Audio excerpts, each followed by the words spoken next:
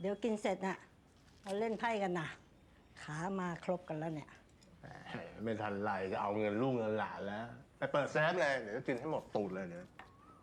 มีปัญญาก็ลองดู ก็มานี่ เนี่ยกูรู้เรื่องมะเร็งแล้วนะไอเอ็มมันเป็นคนบอก ก็มันเป็นร่างกายของอาม่าปะเอ็มว่ามันก็เป็นสิทธิ์ของอาม่าที่อาม่าต้องรู้อะมุ้ยเฮียอยากคุยเรื่องงานสบายๆที่มุ้ยท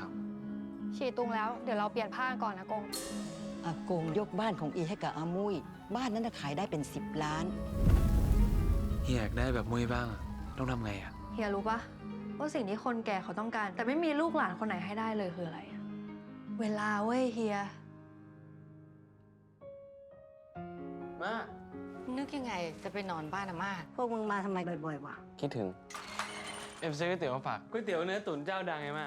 กูนับถือเจ้าแม่กวนอิมนะกูไม่กินเนื้อ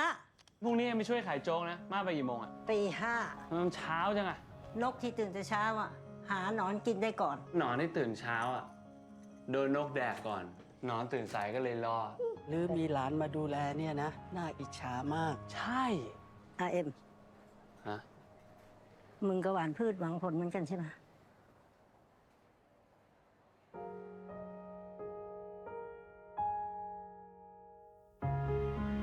ที่เราทำอยู่มันผิดไหมวะ เฮียเราไม่ได้มาทำให้เขาเสียใจนะเว้ยเรามาทำให้เขามีความสุข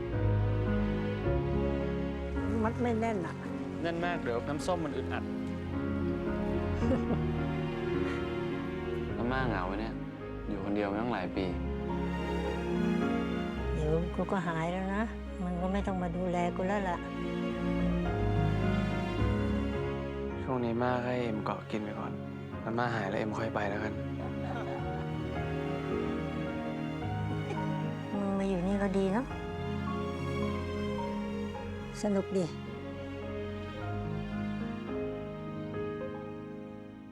กูใจเสียมึงนะ หลอกด่าอะไรเอ็มมะเนี่ย กูบอกว่าขอบใจ มึงนี่คนจีนภาษาอะไรวะ ฟังไม่ออกสักค คนจีนภาษาไทยไง คนจีนภาษาไทย ำกูจะนอนแล้ว มากลมเลยดิ